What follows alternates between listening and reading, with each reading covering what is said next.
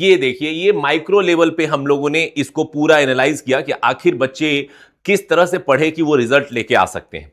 इसमें आपने अगर ध्यान दिया होगा तो ये आपको पूरे एग्जाम के नाम दिए गए हैं कि 2018 में 1717 पोस्ट के लिए आया था, कौन से शिफ्ट में एग्जाम हुआ था। इसके अलावा इसी तरह से 2026 का जो लेटेस्ट एग्जाम हुआ है उसको भी इसमें शामिल किया गया है। और हर विषय, जैसे ये तो एक शिफ्ट दिया हुआ है कि किस एग्जाम का किस शिफ्ट का है, दूसरा विषय, विषय में भी जैसे हिस्ट्री है तो एंशिएंट, मिडाइवल, मॉडर्न और वर्ल्ड, उसी तरह से ज्योग्राफी में वर्ल्ड और इंडिया, इसके अलावा environment, polity, economics, current affairs, science tech, physics, chemistry, biology, miscellaneous, Hindi, English, math, reasoning और सोशियोलॉजी।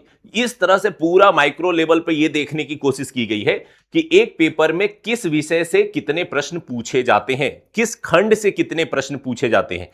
कहिएगा इसका सर क्या फायदा होता है? तो इसका फायदा यह होता है कि जितना माइक्रो लेवल पर आप अपने सिलेबस को तोड़ पाते हैं उतनी आपकी तैयारी अच्छी होती है।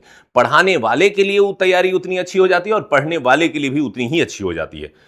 तो इस शिफ्ट में अगर देखेंगे तो लेटेस्ट के शिफ्ट में अगर हम लोग देखें 2026 में अगर हम लोग देखें तो एंशिएंट हिस्ट्री से 3 क्वेश्चन और 4 क्वेश्चन इस तरह से पूछे गए हैं। मिडाइवल से एक सेक्शन एक शिफ्ट में 0 है तो एक शिफ्ट में 2 है। तो यानी आप ये नहीं सोच सकते हैं कि 2026 के एग्जाम में अगर आप तैयारी में बैठ रहे हैं तो आप एंशिएंट हिस्ट्री किसी ने पढ़ा है और किसी ने नहीं पढ़ा है, मिडाइवल किसी ने पढ़ा है किसी ने नहीं पढ़ा है, तो ऐसे नहीं कर सकते आप। किसी पेपर में आ सकता है, किसी पेपर में नहीं आ सकता है, तो यानी पूरे सिलेबस को आपको पढ़ के जाना पड़ेगा। मॉडर्न हिस्ट्री देखेंगे तो फर्स्ट जो शिफ्ट था और उसमें 4 क्वेश्चन है, सेकंड शिफ्ट में जो है 7 क्वेश्चन है, फिर उसके अगले डेट में जो फर्स्ट शिफ्ट है उसमें 3 क्वेश्चन है, उसके अगले में 5 क्वेश्चन है। तो इस तरह से प्रश्न पूछे गए हैं। ज्योग्राफी में जो प्रश्न पूछे गए हैं तो यहां अगर आप देख पा रहे होंगे 10 + 4 दिया हुआ है, 13 + 5 दिया गया है। तो ये 10 जो और 13 प्रश्न है ये इंडियन हिस्ट्री ज्योग्राफी का पार्ट है, जबकि ये 4 और 5 जो दिया गया है ये बिहार स्पेशल से ज्योग्राफी जोड़ करके पूछा गया है। यानी बिहार से भी जोड़ करके आपको प्रश्न आएंगे, हिस्ट्री में भी और ज्योग्राफी में भी और बाकी सेक्शन में भी आपको बिहार स्पेशल पढ़ना पड़ेगा। हालांकि बिहार स्पेशल का संबंध है कि जो विषय होंगे जैसे हिस्ट्री, ज्योग्राफी, पॉलिटी, तो उनमें बिहार का क्या रोल है ये जरूर ध्यान रखना पड़ता है। उसी तरह से पॉलिटी में देखेंगे तो अच्छे प्रश्न पूछे गए हैं, ठीक ठाक नंबर से प्रश्न पूछे गए हैं। इकोनॉमिक्स से प्रश्न पूछे गए हैं, करंट अफेयर से प्रश्न पूछे गए हैं और ठीक ठाक प्रश्न पूछे गए हैं। 19, 20, 22, 24, तो एक बहुत बड़ा सेक्शन जो है आपका करंट कवर करेगा। तो ये सारी चीजें रहेंगी।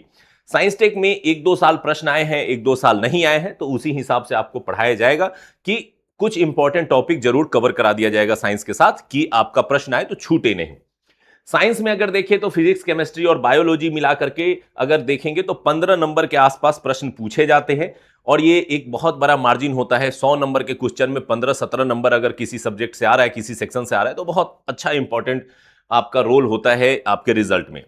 मिसलेनियस में भी अगर देखें तो 11, 9, 7 इस तरह से प्रश्न पूछे गए हैं।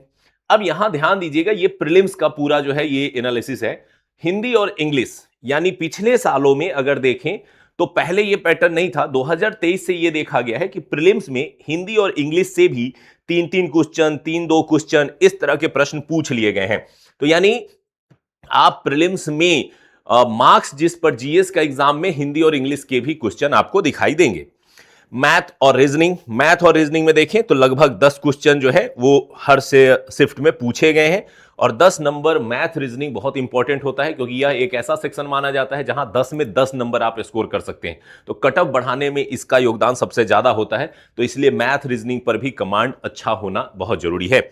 इसके अलावा सोशियोलॉजी, कहिएगा सर सोशियोलॉजी कहां पूछता है? तो 1 साल पूछ दिया गया था, 2 शिफ्ट में 5-5 नंबर के क्वेश्चन पूछ दिए गए थे। छात्रों ने विरोध किया कि भाई ये क्या हो रहा है, सिलेबस से बाहर के क्वेश्चन आ रहे हैं। तो उसके बाद से ये नहीं पूछा जा रहा है, तो इसको अब पढ़ने की जरूरत नहीं है, लेकिन माइक्रो एनालिसिस में ये चीजें आपको पता होनी चाहिए कि किस तरह से चीजें बदलती रही हैं। तो 2018 से लेकर के 2026 तक में किस तरह से ये पीटी का पैटर्न बदला है, किस तरह से ये पीटी का सिलेबस चेंज हुआ है, इसको बहुत सावधानी से समझने और जानने की जरूरत है। इसके अलावा ये तो एनालिसिस हुआ ही, अब इसके अंदर माइक्रो एनालिसिस होता है कि किस सब्जेक्ट के किस चैप्टर से क्वेश्चंस आए हैं, जो कि जब आप क्लास करेंगे तो टीचर आपको समझाएंगे कि कौन कौन सा चैप्टर इंपॉर्टेंट है और उस चैप्टर में कौन कौन सा सेक्शन आपके लिए बहुत महत्वपूर्ण है। तो ये हो गया एनालिसिस जो हम लोग माइक्रो लेवल पे जाके सब्जेक्ट वाइज इसको देखते हैं। अब ये जो दोनों परीक्षाएं हैं पीटी और मेंस की, अगर आप इसको क्रॉस करते हैं तो आप जाते हैं शारीरिक दक्षता परीक्षा के लिए।